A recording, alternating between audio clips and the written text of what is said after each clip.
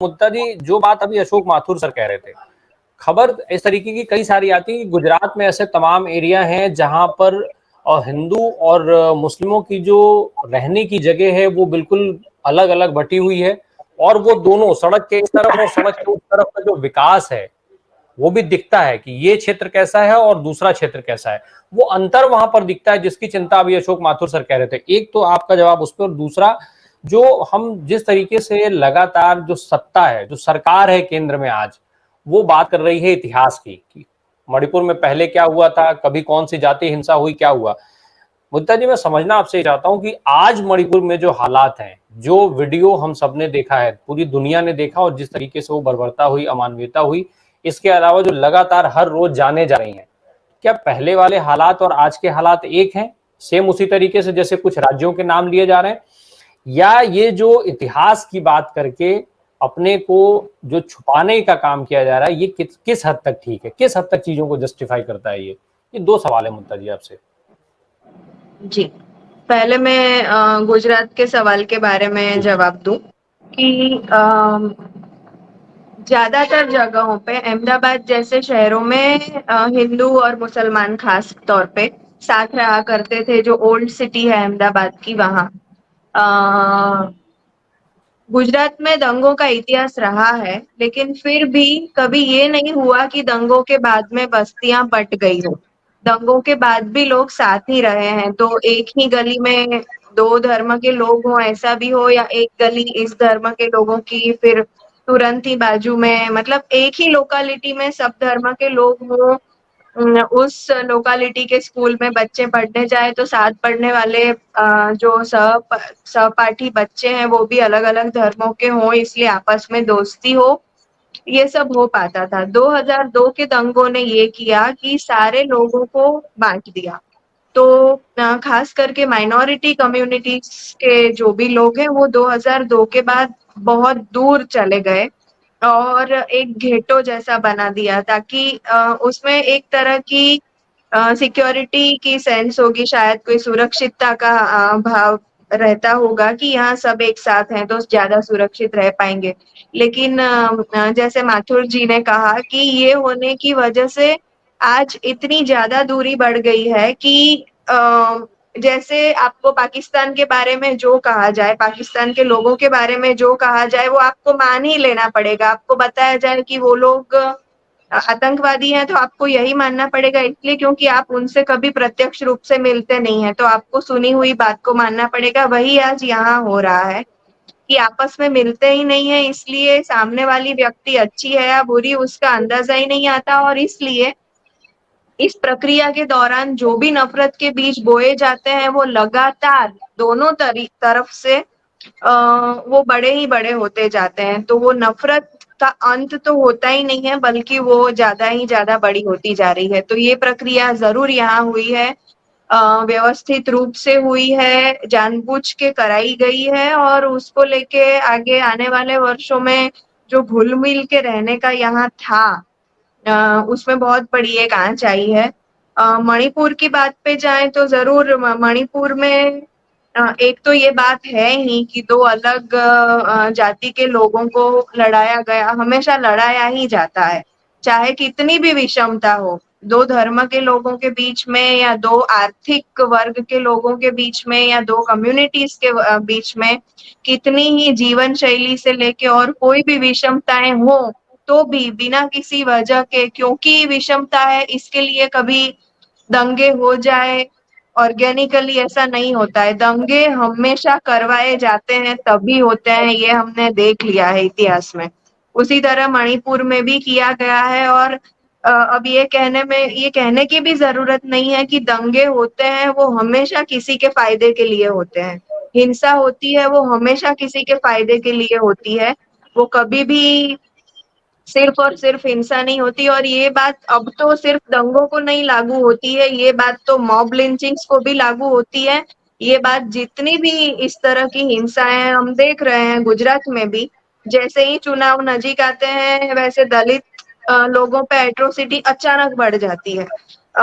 गाय के नाम पे गौ रक्षक निकल पड़ते हैं और एकल दोकल किसी को पकड़ के एक एक सिंगल व्यक्ति की हत्या अचानक बढ़ जाती है, और ये सब चुनाव के नजदीक में ही होता है। इसलिए चाहे वो दंगे हो या इस तरह की व्यक्तिगत हिंसाएं हो, उसका सीधा सीधा संबंध राजनीति के साथ होता है और चुनावों के साथ भी होता है। मणिपुर में इतने समय से जो कुछ भी हुआ, उसके बारे में आज अगर उसका जवाब संसद में ये दिया जाए कि कश्मीर में क्या हुआ था या अमेठी में क्या हुआ था या ये सब, तो ये इस तरह की सारी बातें सिर्फ वॉट अबाउटरी कही जाएगी, क्योंकि इतना छोटा सा एक राज्य है, साइज की, उसके एरिया की, उसके विस्तार की दृष्टि से देखें तो या उसकी जनसंख्या की भी दृष्टि से देखें तो उसमें इतने महीनों से लगातार इतनी भीषण हिंसा चल रही है, महिलाओं पे इतने भयानक तरीके के अत्याचार चल रहे हैं, इतनी जाने जा रही है, उसके बावजूद इतना बड़ा भारत देश, वो जिसकी इतनी बड़ी आर्मी है, जिसके पास इतनी स्ट्रेंथ है, वो चाहे तो एक दिन में दंगे रुक जाए, वो नहीं कर पा रही है, तो वो ही तो सीधा सीधा इसका संकेत है कि ये हिंसा से किसी को फायदा हो रहा है और इसलिए हिंसा चलती जाए, उसमें आपत्ति नहीं है। इस देश में जिसके हाथ में सत्ता है, जो इसको रोक सकता है, वो नहीं रोक रहा है, तो जरूर इसमें फायदा है। ये कहा जाने और देखे जाने में कोई दो राय नहीं होनी चाहिए, ऐसा मुझे तो साफ तौर पे लग रहा है। और कश्मीर में जो हुआ या और किसी भी जगहों पे जिसके भी साथ अत्याचार हुए, तो वो हर जगह के अत्याचार अमानवीय है, वो किसी भी जगह पे ये नहीं होना चाहिए। सिर्फ मणिपुर की बात नहीं है, लेकिन हाँ, अभी आज का मुद्दा तो मणिपुर ही है, तो बात मणिपुर पे होनी चाहिए। जी भूतकाल में भी जब चाहे कश्मीर की या उसकी बात थी, तो आज जो लोग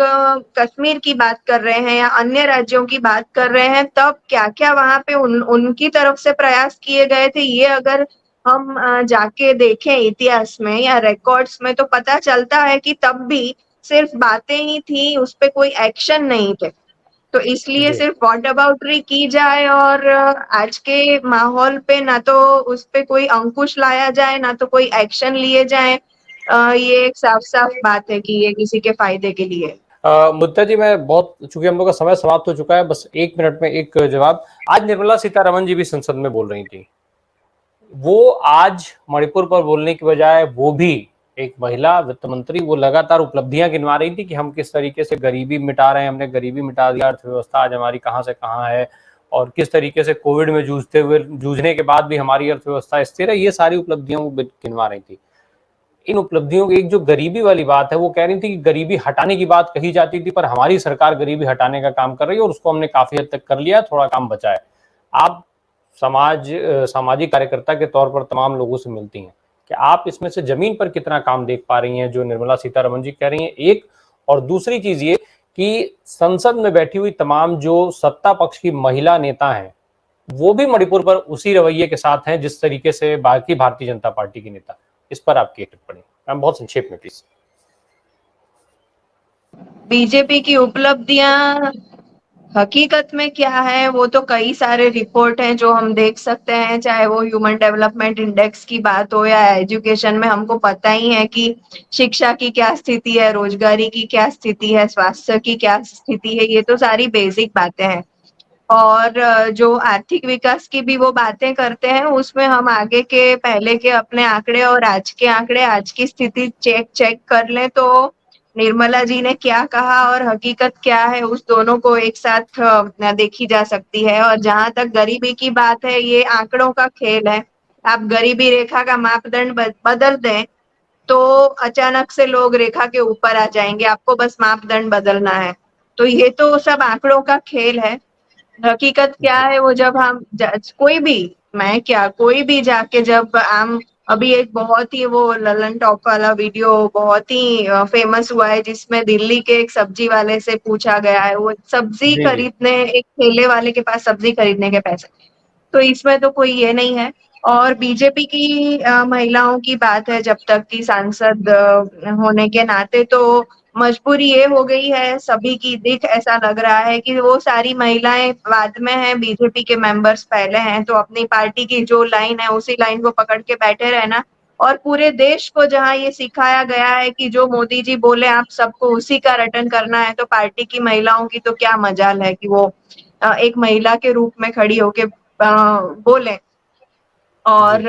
उसके लिए आवाज उठाए या मणिपुर के लिए आवाज उठाए, बल्कि वैसे अपने ये मैं अभी नाम भूल रही हूँ असम के, इन्होंने कहा कि अभी मुझे पार्टी को छोड़ के अपने राज्य के बारे में, प्रदेश के बारे में सोचना पड़ेगा, मेरे खुद के लोगों के बारे में सोचना पड़ेगा। तो ऐसे 1 या 2 एग्जाम्पल को छोड़ दें तो बाकी सभी को अपने आप की सुरक्षा के लिए भी होके जैसे जी पार्टी बोल रही है वैसे ही बोलना पड़ा। ये दुर्भाग्य है, क्योंकि संसद तो यही है कि संसद में जब आप जाते हैं तो आप नागरिकों का प्रतिनिधित्व कर रहे हैं, तो आपको नागरिक होने के नाते उनकी सुरक्षा के लिए, उनकी भलाई के लिए जो भी है उस के लिए बोलना चाहिए। लेकिन दुर्भाग्यवश हो ये नहीं रहा है, महिलाओं के साथ भी नहीं।